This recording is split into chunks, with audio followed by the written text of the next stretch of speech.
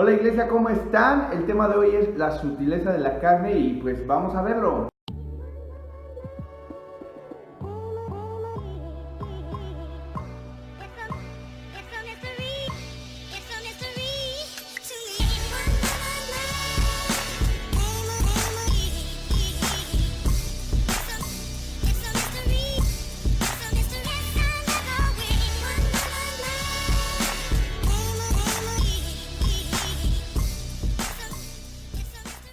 Y pues el tema de hoy tiene que ver con una historia muy escandalosa que está en la Biblia.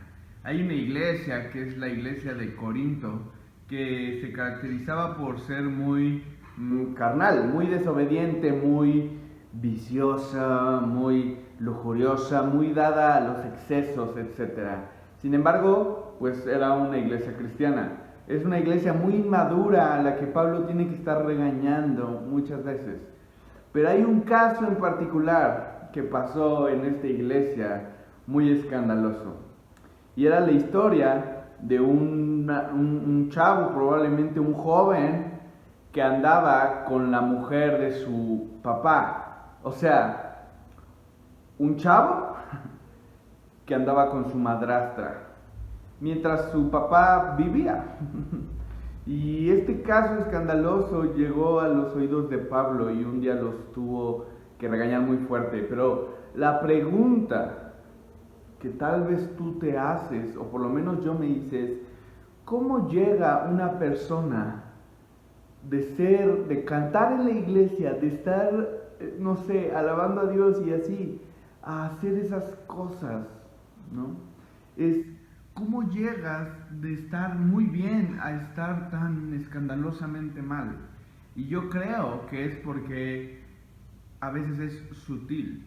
Los pasos que muchas veces damos hacia la oscuridad es sutil. No nos damos cuenta que muchas veces estamos caminando hacia la maldad. Y es por eso que el día de hoy quisiera platicar 5 puntos de esta historia que yo encuentro, porque a veces caemos en grandes pecados escandalosos, en cosas que pensamos que tal vez nunca haríamos y que no nos damos cuenta muchas veces hasta que es demasiado tarde. Esto es porque es sutil, pero hoy vamos a ver 5 puntos para repasar. Pero antes, ¿me acompañas a orar? Dios, te damos muchas gracias por este día. Te damos gracias por tu amor, te damos gracias porque nos hablas y porque nos cuidas. Ayúdanos a no caminar a nuestra perdición. Te pedimos que nos guíes hacia ti y hacia tu luz, Señor. Que nos ayudes a no desviarnos para no acabar como no conviene. Guíanos, háblanos, te lo pido en el nombre de Jesús. Amén. Y el punto número 1 de la razón por la que es muy sutil muchas veces es porque es un efecto mariposa. El efecto mariposa es una teoría que nos dice que en ciertos sistemas, cuando tú varías un poco las condiciones iniciales, termina variando muchísimo las condiciones finales. Esto es algo de teoría del caos y es algo de la vida real, algo que sucede, es decir, en ciertos sistemas, con poco que varíe, termina variando muchísimo el resultado final, ¿no? Y de hecho hay una película que trata esto, pero en sentido de ciencia ficción, ¿no? Ustedes la vieron tal vez con Ashton Kutcher, que él podía como viajar al pasado, a las memorias de cuando él era chico, un niño, y cambiar ciertos aspectos de su vida en la niñez.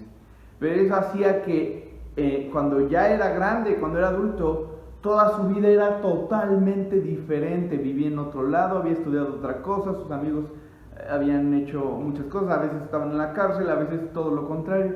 Había cambiado todo por un pequeño evento que cambió en la niñez. ¿Y por qué te cuento esto? Porque Pablo regaña a toda la iglesia de Corinto por lo que hizo uno de ellos. De hecho les dice: de cierto se oye que hay entre vosotros fornicación, y tal fornicación cual ni aun se nombra entre los gentiles, tanto que alguno tiene la mujer de su padre. y vosotros estáis envanecidos. ¿No debierais más bien haberos lamentado para que fuese quitado de en medio de vosotros el que cometió tal acción? ¿Y por qué Pablo regaña a toda la iglesia de lo que hizo una persona? Es porque quiero quitarte con este punto, de una vez por todas, la errónea mentalidad que tenemos muchos de nosotros, que es lo que yo hago no le afecta a los demás. Esa es una mentalidad actual que afecta a toda nuestra población, que piensan, yo puedo hacer lo que quiera siempre y cuando no le haga daño a nadie. Y hasta el mismo Benito Juárez lo dijo, ¿no? El respeto al derecho ajeno es la paz. Y yo no quiero contradecir esta gran frase, de hecho me gusta, pero no está implicando Benito Juárez que lo que hacemos no afecta a los demás, o que si no es de una manera obvia, no estás afectando a nadie. Y aquí va el versículo que te quiero enseñar en este punto, precisamente. Es muy curioso, mirad. En la primera carta que le hace Pablo a los Corintios, los regaña cañón por muchas cosas, y una de estas es porque uno de ellos tenía a la mujer de su papá y la iglesia no hizo nada. Y los regaña muy fuerte por esto a los demás, ¿no? Pero en la segunda carta a los Corintios, ya la iglesia hizo cosas.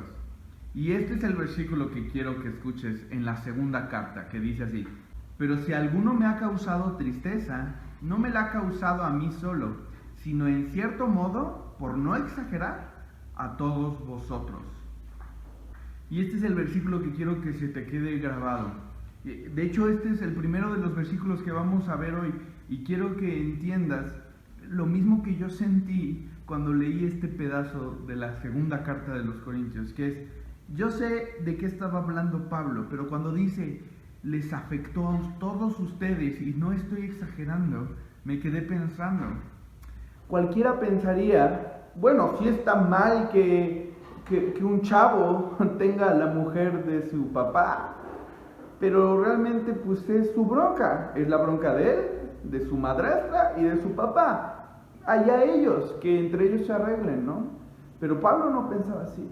No tenía la misma idea que tú y yo tenemos actualmente de que pues mientras no le afecta a los demás, pues que se quede en familia. Pablo tenía la idea de que precisamente sí, pero la iglesia es tu familia. Y el problema es que la iglesia, según la idea de Jesús, no es ni un club social, ni un lugar donde ir a aburrirte con tal de cumplir las normas de Dios. No es eso.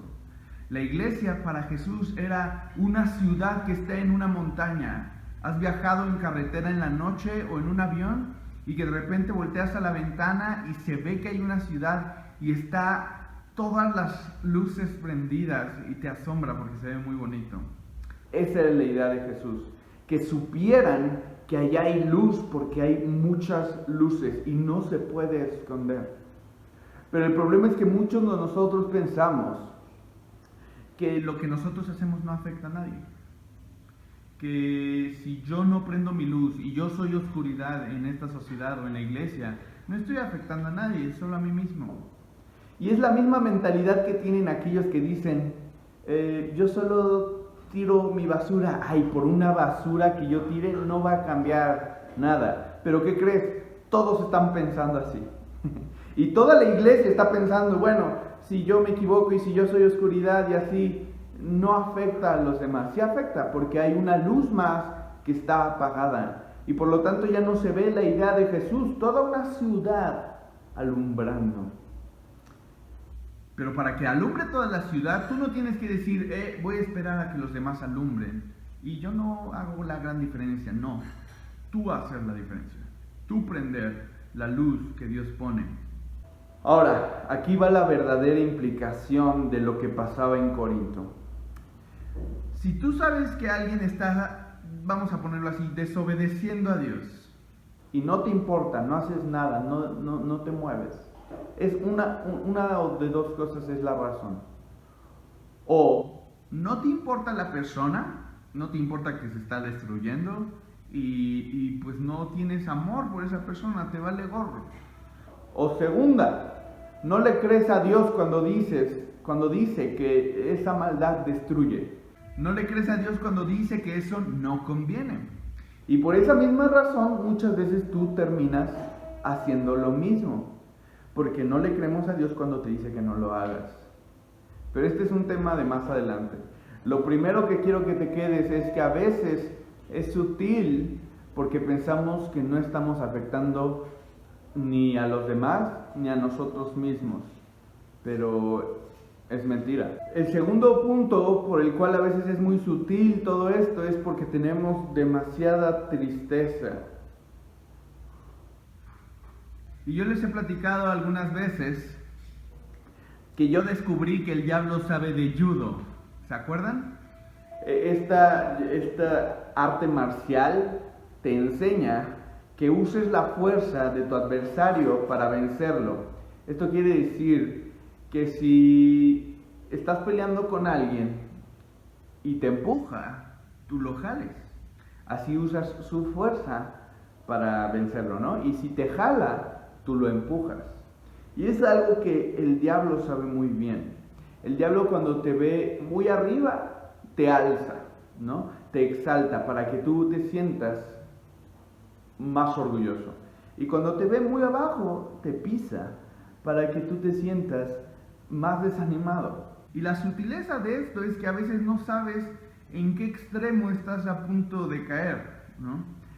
Pero Pablo habla de esto en el segundo versículo que vamos a ver el día de hoy, que es el siguiente, 2 Corintios 2:6, que dice así: le basta a tal persona esta reprensión hecha por muchos.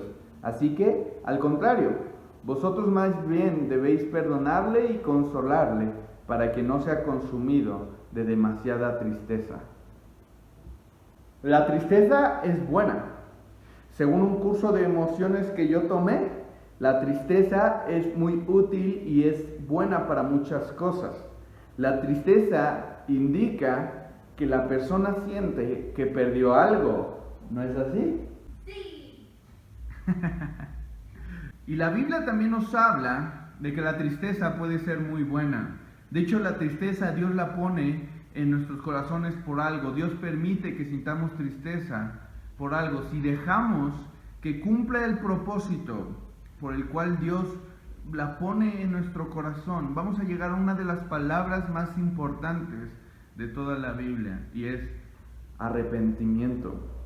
Arrepentimiento en el griego es metanoia, que significa cambiar de dirección, cambiar tu manera de pensar. Y como Dios quiere cambiar nuestra manera de pensar, muchas veces usa la tristeza para lograr ese objetivo.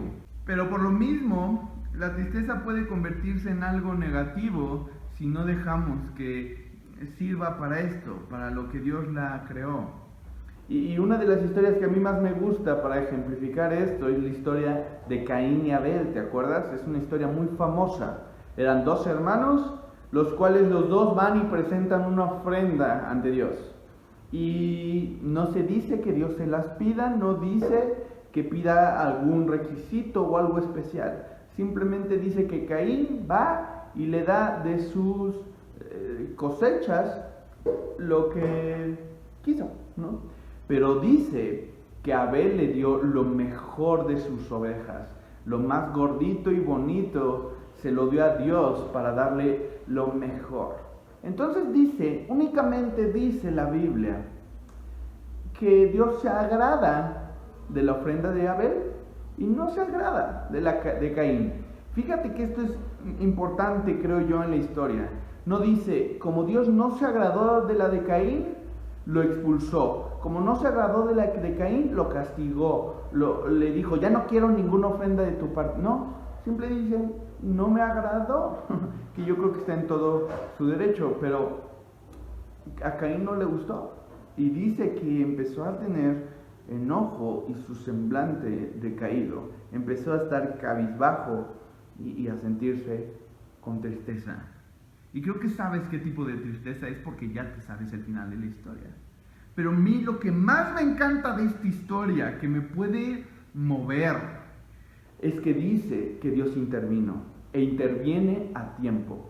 Cuando Caín estaba cabizbajo, Dios habla con él y le dice, ¿por qué estás triste. Ahora, necesito que entiendas algo. Siempre que tú estés leyendo la Biblia y veas que Dios pregunta algo, veas que Jesús pregunta algo, créemelo, no es porque necesita informarse.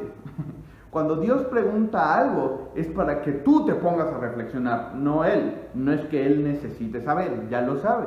Entonces cuando Dios le pregunta a Caín, ¿por qué estás triste? Esa pregunta debería de hacer reflexionar a Caín. ¿Y tú sabes? ¿Te has puesto a pensar por qué Caín estaba triste? Porque él no se detuvo a reflexionar. ¿Te puedo hacer otra pregunta? ¿Por qué tú estás triste? ¿Por qué estás decaído? ¿Por qué tu semblante está caído? Y si el curso de emociones tiene razón, la pregunta que le tengo que hacer a Caín y a ti es, ¿qué perdiste? ¿Qué perdió Caín? ¿Qué sintió que perdió en ese momento? ¿Y sabes qué creo yo que perdió? Su recompensa. Él estaba haciendo no una relación con Dios, un negocio, y no le funcionó como quiso. Como yo lo veo, cuando la tristeza no te guía a arrepentimiento, hay una de dos maneras en que te puede llevar a un camino muy malo, a un camino de muerte incluso. Una de las maneras es cuando te lleva a berrinche, y la otra es cuando te lleva a decepción, a desesperanza. Cuando te llega berrinche es cuando tú, por ejemplo, vas con Dios y Él no hace lo que tú quieres. Resulta que no es como un genio de la lámpara. Y entonces te decepciona. Porque tú querías usar a Dios como tu herramienta para que Él haga lo que tú quieres. Y resulta que no se deja a Dios. Y te sientes triste. Y te sientes desanimado. O cuando resulta que no te va excelente en tu matrimonio, o en tu trabajo, o en tus finanzas, o en tu vida, en lo que más quieres. Dios no te lo da. Y te sientes triste. Pero otra tristeza negativa es cuando te lleva a decepción. Como dice uno de mis cantantes favoritos, soy como un niño pequeño, rompo todo lo que toco. La mayoría de mis sueños se fueron cumpliendo, pero morí un poco. Siempre que consigo algo, siento una gran decepción, porque todo lo soñado queda más perfecto en la imaginación. Y esto es lo que le pasa a muchísimos artistas, que creen que cuando sean famosos, que cuando sean adinerados, que cuando consigan a todas las mujeres que quieran o a todos los hombres que quieran, van a estar bien. Pero cuando cumplen sus sueños, se sienten tristes. Y esta es una tristeza que te lleva a muerte. Muchos de los artistas no lo soportan y terminan en las drogas o suicidándose o alguna otra cosa. ¿Por qué? Porque no llegan a arrepentimiento. No cambian su manera de pensar. Y lo que Pablo dice es, el objetivo con esta persona no es hacerla sentir triste porque sí, sino hacerla cambiar de pensar. Que sepa que lo que hace está mal, que no le va a llevar a nada bueno y que tiene que cambiar lo que está haciendo. La tercera razón por la que a veces es muy sutil es porque no estamos todos para uno y uno para todos. En Mateo 18:20 dice que donde están 2 o 3 congregados en mi nombre, ahí estoy yo en medio de ellos. Y esta es otra de las razones por las que es muy sutil muchas veces, es porque nos agarra solos. No nos atrevemos a unirnos de verdad, a crear en serio vínculos y lazos fuertes con los demás. No nos atrevemos a contarnos nuestras dificultades, nuestras debilidades, nos da vergüenza. Pero por lo mismo no sabemos que a lo mejor alguien más la está pasando mal. Pensamos, bueno, cada quien tiene sus broncas y muchas veces no sabemos que alguien ahí está necesitando nuestra ayuda. Y Eclesiastés 4, 9 al 12 habla de esto. Dice, mejores son 2 que 1 porque tienen mejor paga de su trabajo. Porque si cayeren, el uno levantará a su compañero. Pero hay del solo, que cuando cayeren no habrá segundo que lo levante. También si dos durmieren juntos se calentarán mutuamente, mas ¿cómo se calentará uno solo? Y si alguno prevaleciere contra uno, dos le resistirán, y cordón de 3 dobleces no se rompe pronto. Y esto no solo le habla a parejas, no es solo para bodas, aunque evidentemente también les funciona. Habla de todas las personas que tengan que luchar juntos. Y lo que hace que las personas se puedan unir es que tengan un objetivo en común, que tengan un mismo propósito. Así pasó en México en el temblor del 2017, ¿se acuerdan? Todo México se unió y ayudábamos porque estábamos luchando con la misma causa, con el mismo objetivo. Y tristemente unos meses se dividió todo México en las votaciones. Pero justamente eso sucede, ¿no? Cuando encuentras personas que luchan por lo mismo que tú, es fácil unirte. La bronca es ¿por qué estamos luchando? ¿Cuál es tu objetivo? ¿Cuál es tu propósito? ¿Por qué nos reunimos en la iglesia? En la iglesia de Corinto vemos que Pablo regaña y le dice a la iglesia, hagan algo con él, regáñenlo. De hecho, hasta los llama a expulsarlo de la iglesia si es necesario, para que reaccione, para sacudirlo, para que eso lo haga reaccionar, despertarse y ver que lo que está haciendo está pésimo. Es muy duro.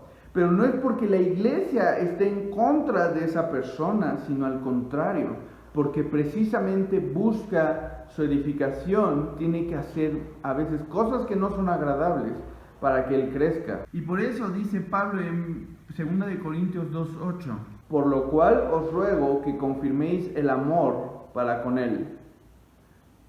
Confirma tu amor con él. Decirle que no estás tratando de humillarlo, sino que estás tratando de que reaccione, de que entienda, de que crezca. Y esa es la cuestión. Esa es la cuestión cuando Dios te corrige, cuando Dios no te da lo que quieres, cuando Dios a veces permite que tienes tristeza, como veíamos hace rato. No es porque esté en tu contra, sino a tu favor. Y cuando Dios llama al pecado, pecado, no es para que te ofendas, sino para que corrijas, para que lo aceptes y quieras cambiar. Y eso es lo que hoy en día la gente no puede entender, porque hablamos de tolerancia y hablamos de que tenemos que aceptar a las personas tal y como somos, pero no les podemos decir muchas veces que lo que están haciendo no está bien y no los va a llevar a algo bueno. Pero ese creo que era más como que tema de tristeza, que ya lo vimos en el punto anterior y no es tanto el de ahorita.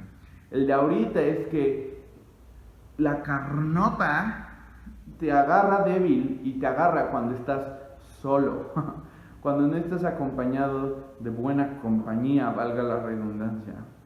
Y es por eso que te invito a que te juntes con gente valiente, la que se atreve a decirte la verdad, la que se arriesga a caerte gorda con tal de decirte lo que estás haciendo no está bien.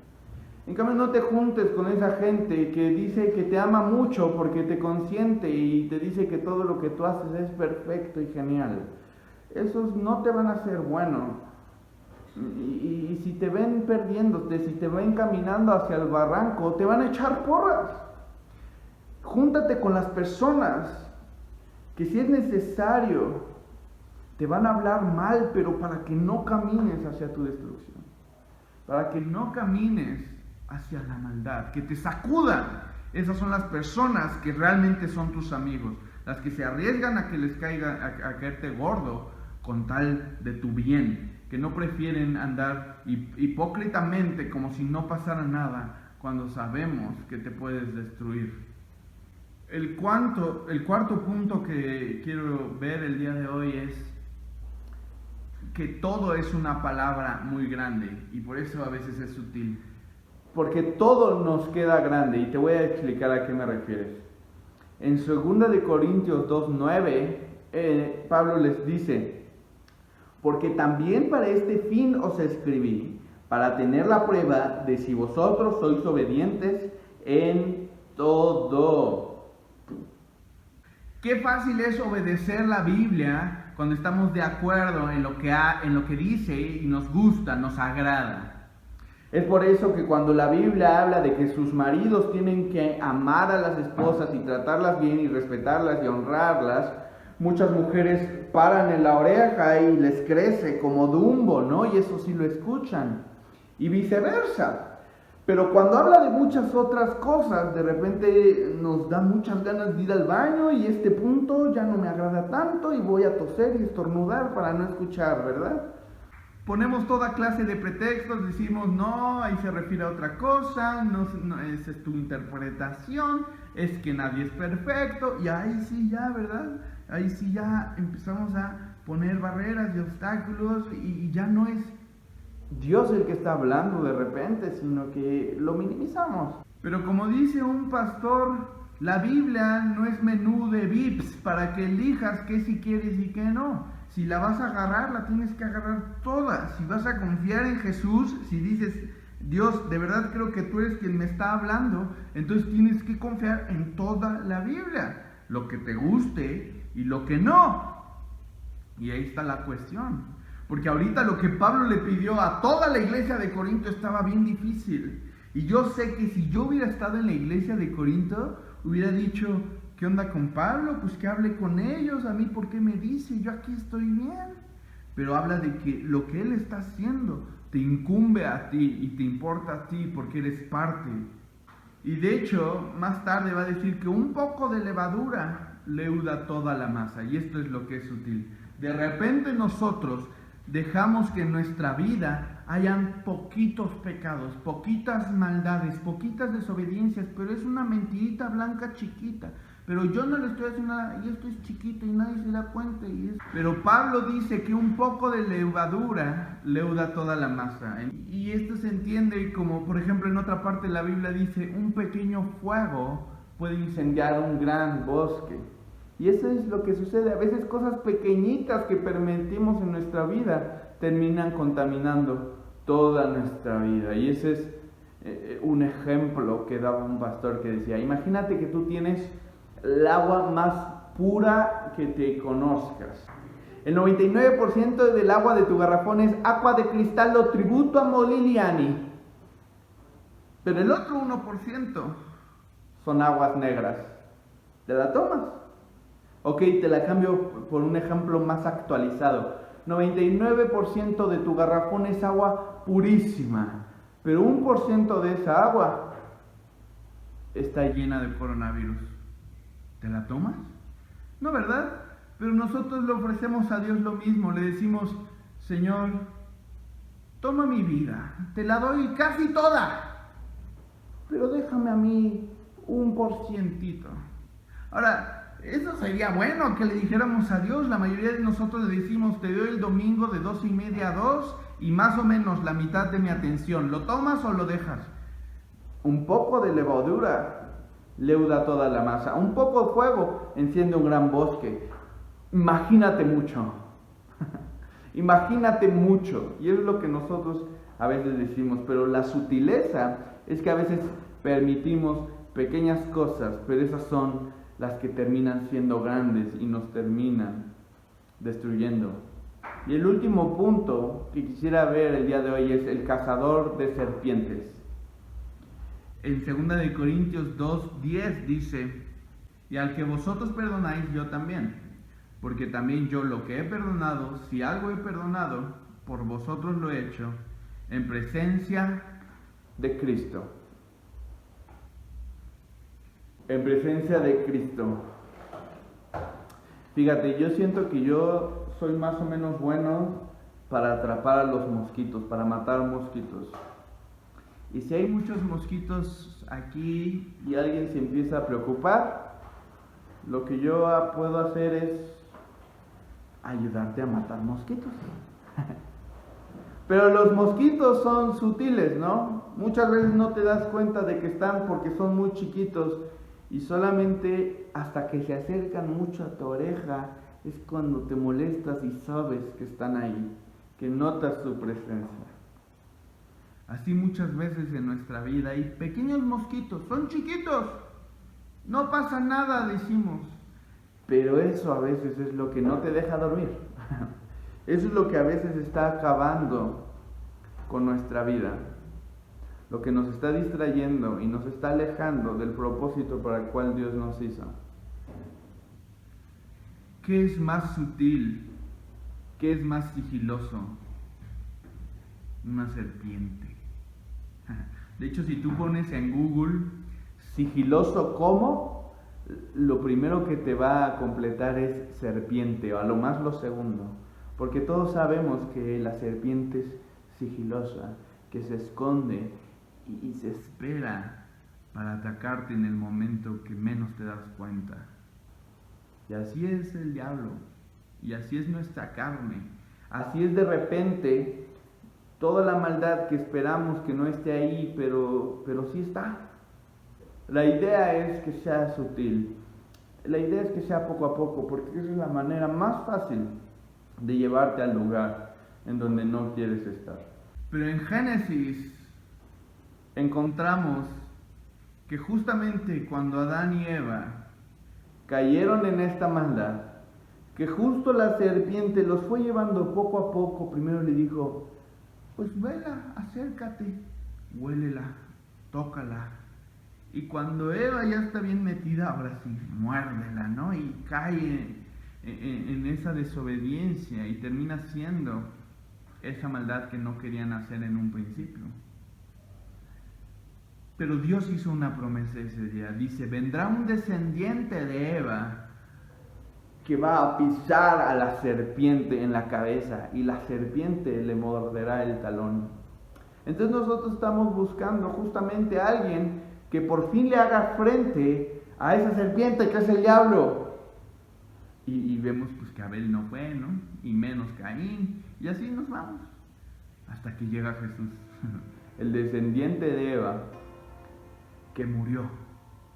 Y ahí está la mordedura en el talón que le hizo la serpiente, porque tuvo que morir. No le salió gratis, no fue como si nada, no la venció sin pagar ningún precio. Claro que pagó un precio. Y ahí está la mordedura en el talón de la serpiente. Pero te digo algo, Jesús la pisó en la cabeza. Entonces, ¿qué es lo que hizo Pablo? Cuando se da cuenta de que cayeron en una gran y escandalosa mentira, en un gran y escandaloso pecado, dice, tiene que ser en presencia de Cristo, el cazador de serpientes, porque Él logra que ya no sea tan sutil. Él te ayuda a que veas con claridad en qué estás cayendo y hacia dónde te estás dirigiendo. Cuando dices, Jesús, por favor, quédate en mi vida, ven, acompáñame todo el día, Él empieza a señalar todas las serpientes que te están tratando de morder y que te están tratando de engañar para llevarte a tu destrucción. Así que, si realmente quieres vencer esa sutileza, llámale al cazador de serpientes y dile, quédate en mi vida. Y es lo único que tienes que hacer, constantemente. Decirle, Jesús, ven a mi vida. No quiero terminar dejándome engañar por la sutileza de la serpiente. Ayúdame a no hacerlo. Solamente pídeselo. Te invito a que lo hagas. Y nos estamos viendo el jueves. Saludos. Bye.